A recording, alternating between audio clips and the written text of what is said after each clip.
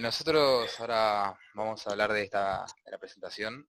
Nuestra idea era hacer como si fuese una presentación en grupo, en época de clase normal, pero desde el punto que podemos ahora, digamos, ¿no? Mediante Zoom y compartiendo pantalla acá un PowerPoint, pero bueno, como se puede, ¿no? Así que nada, vamos a empezar hablando de la ilustración. Eh, lo primero que vamos a hablar era, en general, de la ilustración, tipo, qué es y en qué se basaba. Eh, Así que nada, como primero, bueno, lo que se puede decir de la ilustración es que fue un movimiento cultural e intelectual que, como casi todos los movimientos, más que nada en esta época, también se surgió en Europa y duró hasta los primeros años del siglo XIX, ¿no? Eh, y nada, muchas veces se lo contrapone y se lo dice como iluminismo, en el sentido de que la contraposición al oscurantismo que era la Edad Media, que ellos la criticaban duramente como la peor época del ser humano en general, ¿no? Y también, o sea, no solo en oposición completa sería en todo caso también porque uno creía, la ilustración es como mucho más antropocentrista, mucho más centrado en la razón, mientras que la etapa del oscurantismo, como lo llamarían, más centrada en Dios, la respuesta está en la religión y bueno, es lo contrario. Claro, de hecho después vamos a ver cómo se relaciona la ilustración también con la religión y cómo llega acá por parte de la monarquía, que no es igual a que se difundió en Europa, digamos, ¿no? Y también en esta época hubo un montón de avances tecnológicos, científicos que también dieron paso a que la razón sea el centro de todo. Era como si no lo veo, no lo creo. En ese punto de que si no está probado científicamente, a partir del método científico, era como si no existiera directamente. Y bueno, acá en el Power podemos ver un par de frases. Se trató de un movimiento intelectual animado de gran fe en la razón humana, como instrumento capaz de conocer la realidad y a partir de esta someter a crítica a las nociones heredadas del pasado en todos los terrenos. Perfecto. Y bueno, ahora pasamos a la siguiente, que ya directamente es cuando arriba el Río de la Plata, lo que se conoce también como el inicio de la historia intelectual acá en el Río de la Plata. Claro, la primera aparición de estas ideas fue en cuando Carlos III creó y fundó el Virreinato del Río de la Plata, teniendo en cuenta estas ideologías que se están, por así decirlo, de moda en este periodo. Claro. Y las empiezan a incluir a partir de ciertas reformas acá en el Río de la Plata en 1776, cuando se crea el virreinato, ¿no? Y después a fines del siglo XVIII y XIX y inicio del XIX, mediante las reformas administrativas, económicas e ideológicas, estas ideologías van tomando más fuerza, por así decirlo, en el Virreinato del Río de la Plata, que van surgiendo involuntariamente a partir de la necesidad de satisfacer necesidades que van naciendo en la misma sociedad. Muchos historiadores hablaban de esta como una reforma defensiva también, también como para un poco conciliar las poblaciones de las colonias. Claro, sí, también para contrarrestar la amenaza de intromisión inglesa, o sea, surgieron todas estas modificaciones que también llegaban al punto, como habíamos dicho, económico y hasta administrativo, ¿no? Y Y nada, también, sí, sí. y también obviamente porque el iluminismo está abarcando a casi todo el mundo y obviamente iba a llegar tarde o temprano. Exacto. Claro. Igual la ilustración que llega acá al Río de la Plata, por parte de la monarquía por lo menos, porque después se va a saber que existían libros originales en francés de los principales pensadores, ¿no? Iluministas, lo que llega acá por parte de la monarquía no es la misma ilustración que se conoce en Europa. Justamente por los intereses propios de la monarquía que basaban su poder por ejemplo, en la religión.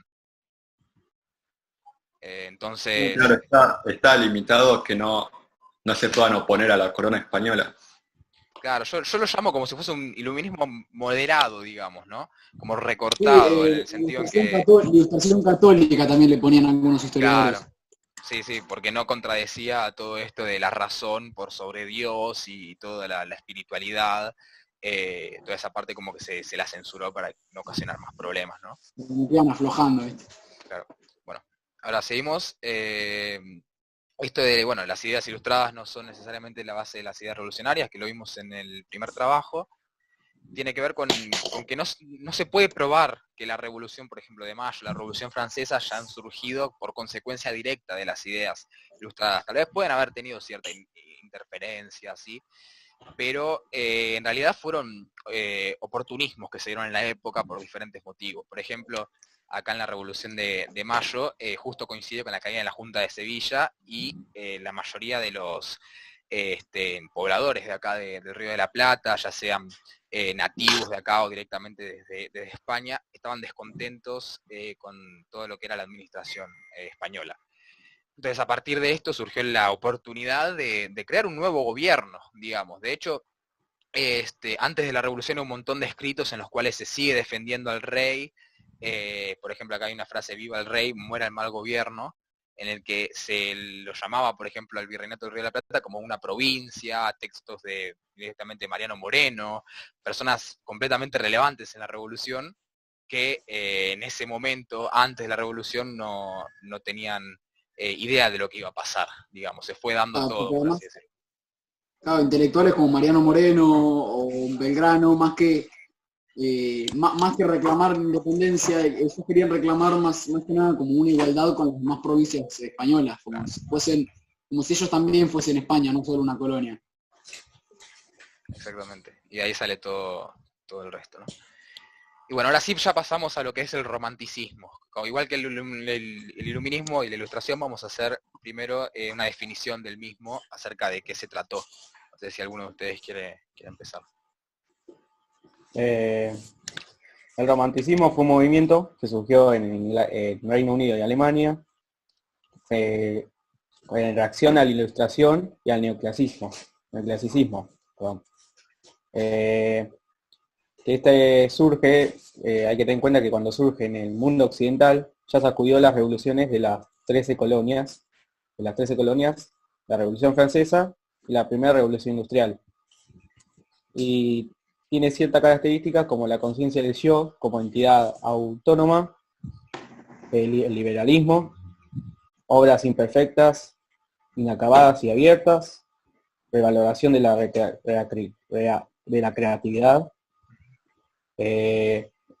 aparición de la nostalgia frente al tiempo pasado, y que se basa principalmente en priorizar los sentimientos y emociones frente a la razón. Claro, a partir de la ilustración, como habíamos dicho, era como que todo lo espiritual y todo tenía que estar modificado y argumentado a través del método científico, la razón, era la forma de iluminar al ser humano. El romanticismo es una reacción completamente, digamos, opuesta, si no es una redundancia, y surge inmediatamente después. Y lo que va a hacer es poner en primer lugar los sentimientos y sacar a la razón del medio. Entonces se va a priorizar las emociones, etc. Ahora, una mejor forma de comprenderlo, obviamente, como son dos movimientos contrarios, es compararlo directamente con la ilustración. Así que nada, vamos a ir punto por punto. Sí. La principal base de la ilustración podemos decir que es la razón y las leyes naturales, mientras que el romanticismo tiene en cuenta más la imaginación, emoción o lo excepcional, y la razón en lo convencional. Claro, también en el romanticismo se va a volver a poner en primer lugar lo que es lo excepcional frente a lo convencional.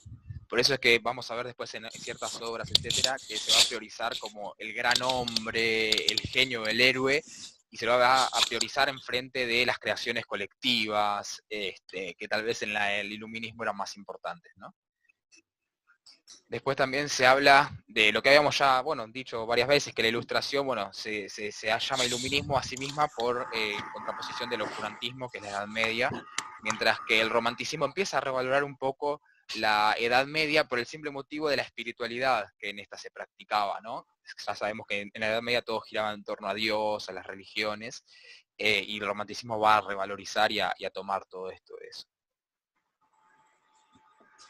Y también su forma de ver, por ejemplo, la naturaleza, que para la ilustración primero el hombre tiene que comprenderla y ahí recién poder modificarla a su gusto con formas geométricas o tales, mientras que el romanticismo habla sobre que la naturaleza ya es bella por sí misma y que hay que apreciarla así como es, desprolija y desproporcionada. También el romanticismo va a valorar todo lo que es auténtico, propio, original, de cada cultura y cada nación. Para ellos, cada nación era diferente y siempre valía lo mismo que el resto. Mientras que tal vez Y en la cada uno tenía ilustración, necesidades diferentes, un proceso diferente por el cual avanzar. claro, mientras que la ilustración decía que todas las sociedades iban a avanzar de igual forma y iban a tener el mismo destino, digamos, ¿no? Claro. Y también una de las cosas también importantes, aunque no parezca, es que el romanticismo le llamará la atención lo que ellos llaman los simples, que son aquellos que están más cerca de la naturaleza y de la tierra, pero su ignorancia en cuestiones intelectuales se compensa por su saber instintivo, natural y espontáneo, digamos, ¿no? Incontaminado por falsos refinamientos de la civilización. En el romanticismo va a tener mucho valor lo que es el campesino también, con toda su sabiduría en lo que hace, digamos, ¿no? Y no tanto valorizado por su tal vez escasa conocimiento intelectual, digamos, ¿no? Por lo menos en este punto de la historia. Y nada, y acá hay dos imágenes, en realidad tres, en las cuales se puede ver claramente una contraposición entre ambos. A la izquierda hay un par de fotos de un jardín francés, El jardín digamos, ¿no? francés. Y a la derecha el cuadro del Caminante sobre los mares de Caspar David Friedrich, que fue un pintor de la época del romanticismo, digamos, ¿no? A la izquierda se puede ver que es todo muy geométrico, transformado por el hombre, tiene que ser perfecto, típico Todo simétrico. todo simétrico, típico Ilustración pura, sí. Claro. Y a la derecha se puede ver que no importa tanto esta perfección, sino que la naturaleza es caótica, es desequilibrada, pero a partir de esto y en lo que le genera al hombre es donde realmente reside el valor de la misma, ¿no? Y la belleza de la misma. Así que, nada, ahora sí vamos a hablar de cómo el romanticismo llega al Río de la Plata, ¿no? Igual que hicimos en la Ilustración. Esto llega cuando Echeverría vuelve de Europa, con los ideales del romanticismo en Europa, que permitió traerlos acá a Argentina, al Virreinato de la Plata, del Río de la Plata, y produjo la creación de la generación del 37, en el Salón Literario. La mayoría de los que de la generación del 37 eran exalumnos del Colegio de Ciencias Morales, en el que también se habían dado a conocer saberes ilustrados, y era uno de los colegios más prestigiosos. Hoy en día es el Nacional Buenos Aires, por ejemplo, ¿no? Y en ese salón se intercambiaban un montón de ideas, posturas, se debatía y se convertía en ese momento lo que era la lectura más culta, que era de la literatura francesa, digamos, ¿no? Eran todos sabios los que estaban ahí y eran pensadores bastante conocidos y reconocidos. Claro, y Rivera, entonces, ¿cómo fue que se formó la generación del 37? Con los ideales del romanticismo, Echeverría permitió reunir a integrantes con el mismo conocimiento, con las mismas ideas, permitiendo intercambiar ideas que les permitan buscar una respuesta para que Argentina progrese y siga los mismos pasos que Europa. Claro. Hay que tener en cuenta que esta sociedad surge a partir de que Argentina venía de una guerra civil muy grande, como fue la de unitarios y federales. Sí. Claro, de hecho, gracias a esta sociedad de pensadores se instaló, por así decirlo, la base para plantearnos que Argentina en un futuro pueda progresar como debe ser. En estas reuniones ellos buscaban el por qué Argentina decayó y quieren que haga un progreso allá. Y esto se debatían sobre la política, por lo tanto Rosas lo estaba en contra de estas reuniones, los intentaba eliminar de todas formas. De hecho, el romanticismo cuando llega acá, estamos en un periodo en el que la política va a ser muy trascendente, digamos, ¿no? En todo lo que va a ocurrir.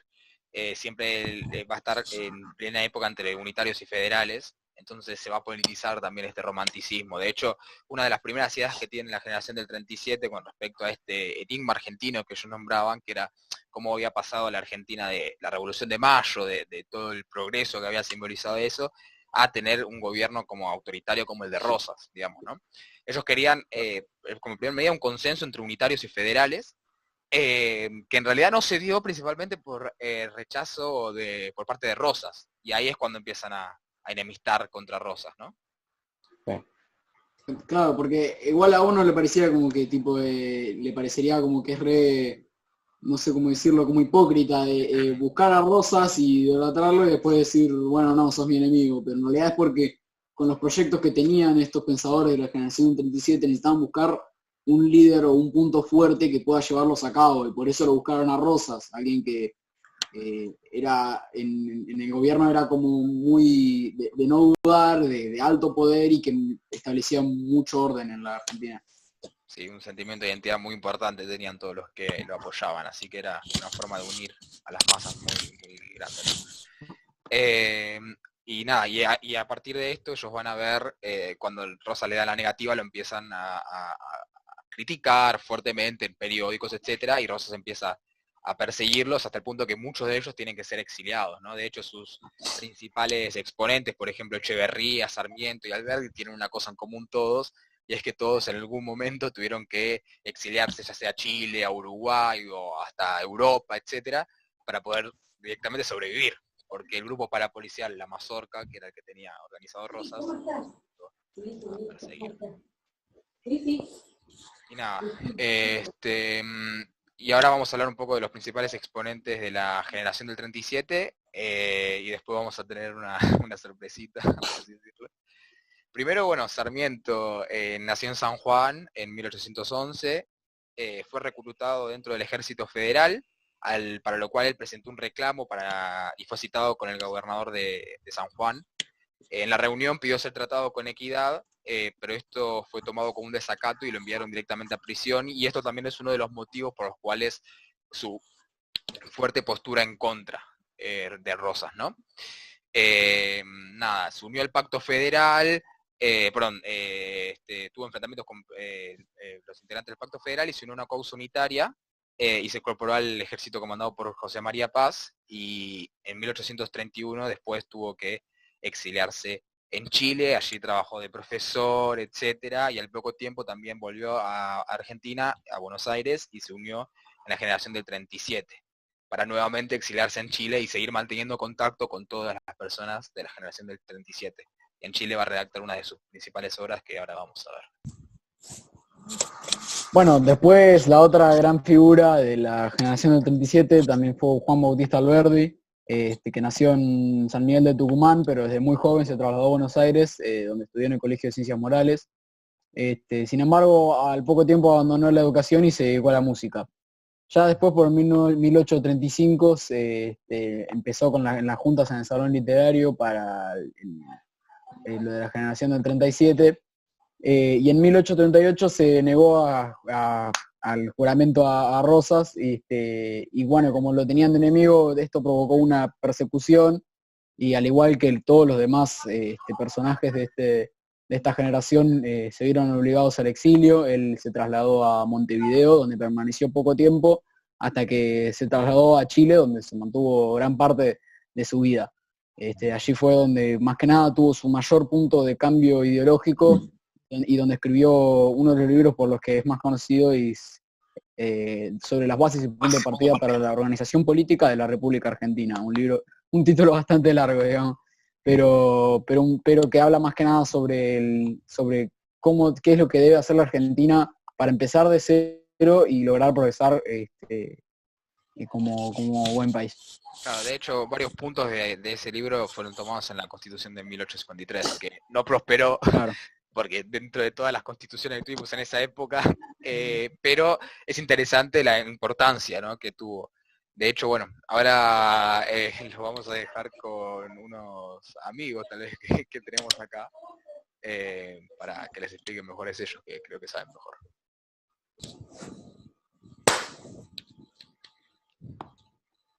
Hola, hola. ¿Están todos? Marcos, Marquito, estamos ¿Cómo acá. están? Sí, activar la cámara. no se te ve ¿Cómo la se cámara. activa? ¿Cómo No se te activo ve esto? todavía. No, A es ver. un simbolito de Esto cámara. me exhibe emociones. Ese aparato raro ahí. Ah, ahí está, ahí está. Ahí está, ¿qué Ah, onda? todo bien. ¿Tanto tiempo? Ah, ¿Cómo ¿Todo va? bien? tanto tiempo, maestro. Sí. Che, qué raro esto, Che. ¿no? ¿Quién se le ocurrió inventar esto, amigo? No, claro, no. No No, sé, Esto es nuevo para ahora mí. igual como estamos, ¿qué andan haciendo ustedes? Porque ahora estamos re distanciados, tenemos que hablarnos por Zoom en mi librería. Sí. Se los extraña Pero acá. parece como las juntadas de siempre igual. sí, hacemos lo que Sí. podemos. Yo acá ando en Chile, no sabés. Está haciendo Yo frío. también estoy en Chile. ¿En serio? No, No, estoy en Chile, fácil. tenemos que quedar alguna vez, hacemos algo. Leal. ¿Qué onda? ¿Ustedes? ¿Cómo va allá? Che, bueno, ¿y vos, Bien. Marcos, qué onda en Argentina? Bien, aburrido. Sin hacer ¿Sí? nada. ¿No te exiliaron? Sí.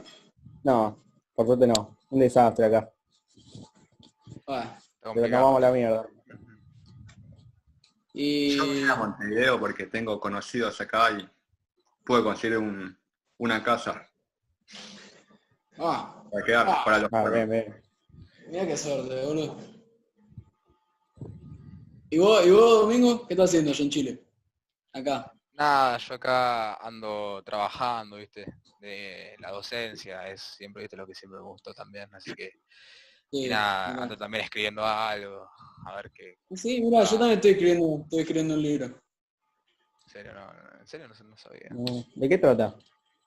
Y es un libro que trata sobre las bases y puntos de partida para la Argentina. Es decir, es un libro que básicamente te da todas las bases y todos los reglamentos que tendría que seguir la Argentina para progresar, porque como yo soy el intelectual que tiene que dar todo esto, el intelectual que tiene que hacer el progreso en la Argentina, tengo que hacer que escribirlo, dotarlo y hacer que la Argentina progrese.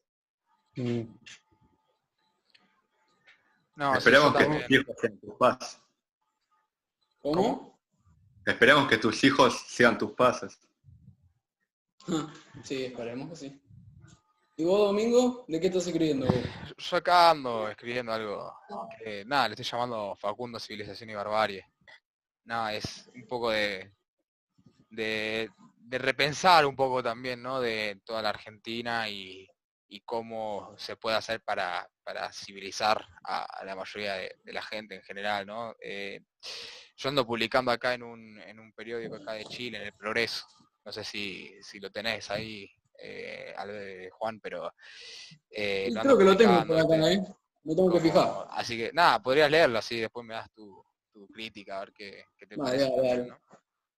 Me parece Nada, perfecto. viste por emisiones así, viste, nos vamos arreglando.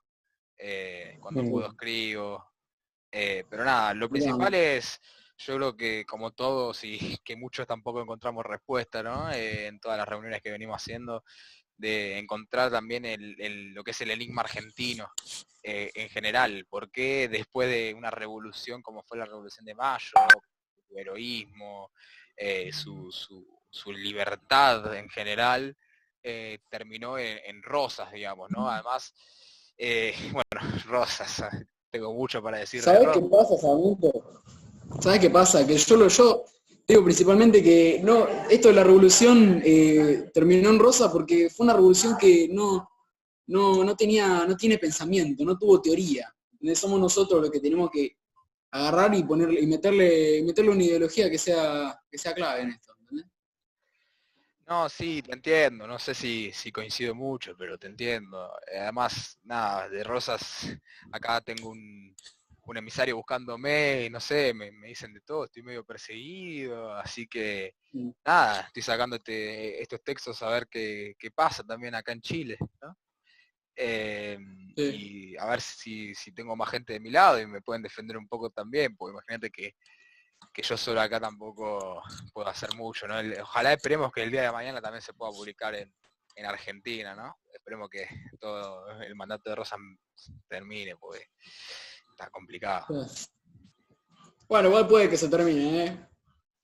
Urquiza, Puede que sí, sí, sí. En la Argentina hay dos partes, digamos, ¿no? Está toda lo que es lo que yo llamo la barbarie en general, que es lo que tiene que ver con la arbitrariedad, más que nada, las primeras palabras que se te ocurren pensando en Rosas, más que nada, ¿no? El autoritarismo, toda esa parte que está todo guiado más que nada por el instinto que la razón. De hecho, el personaje, este Facundo, digamos, ¿no? Es un caudillo, Facundo Quiroga, yo creo que a ustedes les tiene que sonar un poco, ¿no? También. Sí, sí, sí, sí. Facundo Quiroga, que llega a Buenos Aires y cómo se va, digamos, cambiando su comportamiento. Él tiene un instinto muy fuerte de la tierra, que lo va cambiando por la civilización en general y en un momento como que enloquece y busca irse de ahí. Y directamente no sabe él, pero se está yendo para su muerte, está acabando su propia tumba. Y al irse empieza a devolver todo el instinto que estaba perdiendo.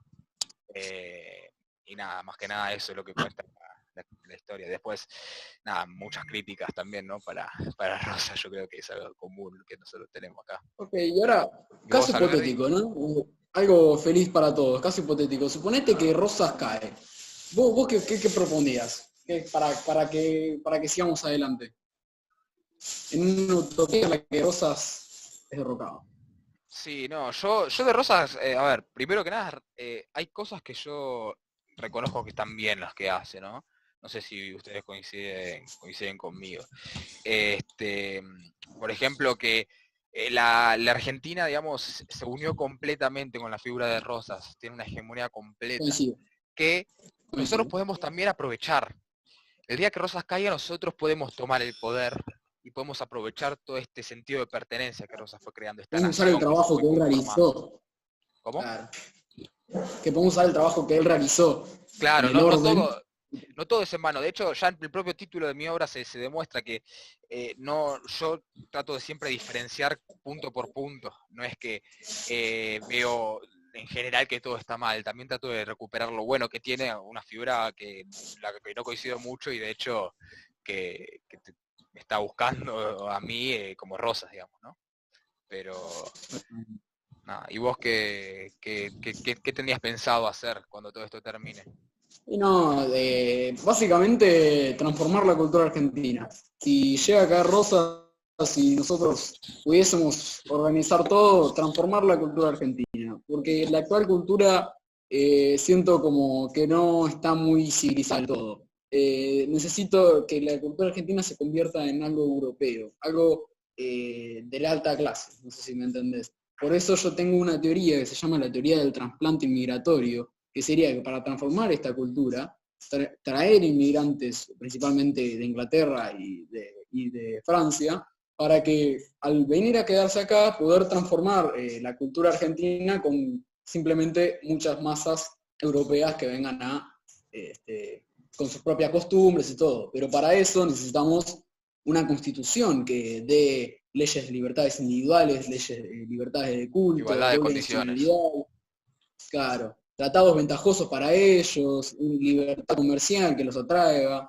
Y bueno, también cabe mencionar las mujeres argentinas que pueden atraer mucha la atención de los europeos. Yo hay cosas que sí, tenés razón también, ¿no? Pero yo principalmente creo que sin educación no vamos para ningún lado, digamos, ¿no?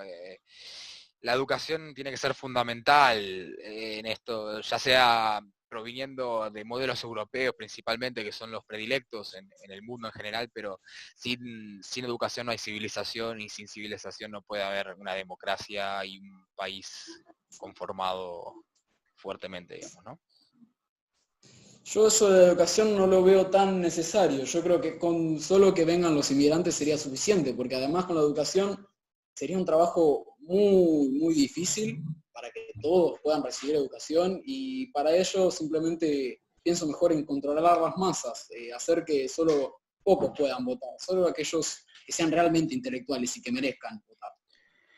Claro, yo la verdad que no sé si ahí te puedo defender mucho. Yo creo que el hecho de la educación te permite pensar y cuando uno piensa es el instrumento más poderoso que tiene, digamos, ¿no? Yo creo que antes de la revolución había dos culturas aisladas, como encapsuladas, que eran por un lado el campo y por otro la ciudad. De hecho, mucha gente dice que yo odio a todos los gauchos, si se piensa, esa es la concepción general, pero no es tan así. Yo creo que los gauchos tienen sus fortalezas, hay muchos gauchos que saben lo que hacen, conocen la tierra y hay que aprovechar también eso, ¿no? Hay otros que, sin embargo, son salvajes casi, digamos, y a eso es lo que hay que atraerlos a la civilización en general. Eh, Antes de la revolución existía el campo y la ciudad y después lo que empezó a hacer es que se hace como una doble lucha entre argentinos y españoles, digamos, entre quienes buscan la libertad y la revolución y entre quienes defienden a la corona y entre también el campo y la ciudad. La ciudad trata de siempre civilizar al campo y el campo se rehúsa, por eso hay que tratar de expandir la educación para que todos sean capaces de pensar y estar en igualdad de condiciones, ¿no? Con esta democracia que nosotros queremos. Claro, pero yo creo que antes, que para llegar a esa democracia, eso de lo que vos llamás como algo perfecto, a lo que yo llamaría una república verdadera, es necesario pasar por una república posible, un proceso anterior. Es decir, el gran problema también, una vez que podamos ponerle instaurar y poder manejar todo, el gran problema es establecer el orden en la sociedad, controlar las masas. Por eso, como ya te dije, lo de otorgar solo el voto a aquellos que realmente lo merecen, personas intelectuales. Entonces, en el que ahí solo haya libertad social, en el que con esa libertad social se lograría transformar las costumbres argentinas por costumbres europeas realmente civilizadas, libertad económica para que la Argentina pueda progresar como sea debido, pero libertad política todavía no. Hasta que la Argentina no esté completamente civilizada, no otorgar la libertad política. Una vez que la Argentina como sociedad esté lista, ahí sí establecemos el sufragio universal y ahí es cuando se llega a lo que vos decís, crear la república verdadera. Sí, yo en la parte digamos, las ideas liberales y eso tengo bastante adhesión. Igualmente, yo tengo una fuerte crítica también hacia los propios unitarios, digamos, ¿no? Yo creo que no es necesario unirse en contra de Rosas hoy en día. Yo creo que, como lo dice el propio providencialismo en general, Rosas tiene la posibilidad de caer, digamos, está destinado a caer el régimen de Rosas. Yo creo que los unitarios, digamos, solamente tienen los ojos puestos en Europa y tampoco se aferran a la realidad del Río de la Plata. Digamos, yo defiendo mucho los ideales europeos y por lo menos pienso que es lo que hay que tratar de incluir en nuestro territorio, pero digamos, yo creo que los unitarios nada más se llaman así por una razón formal, pero en realidad no tienen la característica de enfrentar a Rosas como realmente habría que hacerlo, ¿no? No sé qué piensas vos, Juan. Y bueno, yo la verdad es que pienso que aún así, a pesar de lo que vos decís, es Europa el eje central a lo que nos tenemos que enfocar. Bueno, Juan, la verdad que creo que fue bastante interesante nuestro debate acá, me hiciste pensar varias cosas que nada, las voy a tener bastante en cuenta. Nada, también espero que leas también mis entregas del Facundo, a ver qué te parecen. Recién espero con muchas ansias tu reseña acerca del mismo. Yo también voy a tratar de conseguir tus escritos, así que si podés pasármelos o mandármelos por carta, a ver cómo podemos hacerlo. ¿Te imaginas que ahora planeamos todo esto solo para que dentro de 2 siglos haya una pandemia mundial que frene nuestra economía? Ah, pero vos estás loco. ¿Cómo va a pasar puede eso? Ser. Nah, pero pará, vos te fuiste, ¿eh? Y bueno, puede pasar. Puede pasar, ¿eh? Bueno, che, me están llamando acá, que tengo que ir a comer en un ratito. Así que vamos cortando, ¿les parece? Se está haciendo tarde, hay que irnos. Bueno. La verdad, Chao, Esteban. una grata sorpresa, poder verlo. La verdad que no sabía ni que existía esto. Así que... No, la verdad que no. De haber sabido antes que existía esto. No, sí. Nos vamos viendo la semana que viene, o la próxima reunión. Dale. Vemos qué dice Marcos. Sí, dale. Le ponemos Organiza vos, el dale. salón. Ahora que ya aprendí electrónico. cómo entrar, Estaría bueno. Ujú. Bueno, vamos viendo entonces. Un saludo para todos. Saludos, chao. No hay tantos. ¿Cómo salgo? Hola. ¿Cómo salgo de acá?